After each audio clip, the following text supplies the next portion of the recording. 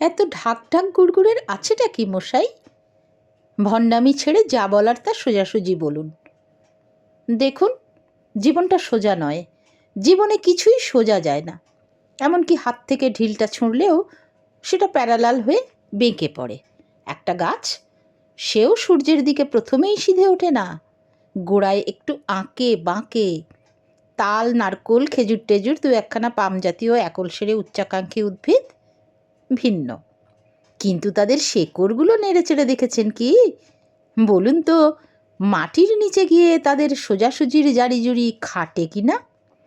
হুম, সেখানে তেনাদের ভিন্ন মূর্তি। নদীর কথা বাদই দিচ্ছি, এই আপনাদের মোহদাশয় সমুদ্রের কথাটাই ধরুন। একখানা ঢেউও কি সে সিধে পাঠায়? আর এই যে পূজ্যপাদ ও হিমালয়, তার কোনখানটা সোজা মশাই? তুচ্ছ বাতাস, ঈশ্বরের ফুঁ, সেও খুব সোজা ধায় কি? ক্ষণে ক্ষণে দিক পাল্টায়। আমি সামান্য মানুষ, আমি কি করে সোজা বলবো, সোজা চলবো?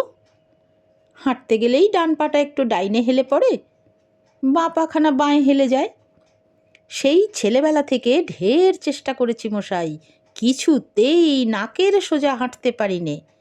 একে কি আপনি ভণ্ডামি বলবেন? আমাকে কি বলবেন, দুমুখো সাপ?